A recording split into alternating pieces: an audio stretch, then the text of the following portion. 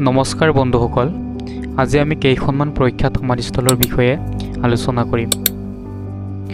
মহাত্মা গান্ধীৰ সমাধিস্থলক ৰাজঘাট সমাধিস্থল নামেৰে জনা যায়, দিল্লীত অৱস্থিত।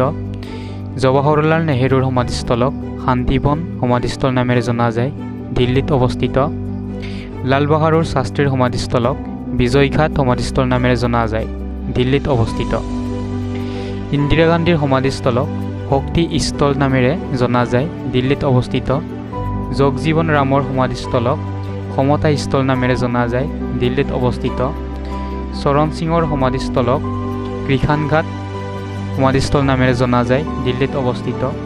ৰাজীৱ গান্ধীৰ সমাধিস্থলক বীৰভূমি সমাধিস্থল নামেৰে জনা যায়, দিল্লীত অৱস্থিত। জাইল সিঙৰ সমাধিস্থলক একতা স্থল সমাধিস্থল নামেৰে জনা যায়, দিল্লীত অৱস্থিত। শংকৰদয়াল শৰ্মাৰ সমাধিস্থলক কৰ্মভূমি সমাধিস্থল নামেৰে জনা যায়, দিল্লীত অৱস্থিত। চন্দ্ৰশেখৰৰ সমাধিস্থলক স্মৃতি স্থল নামেৰে জনা যায়, দিল্লীত অৱস্থিত।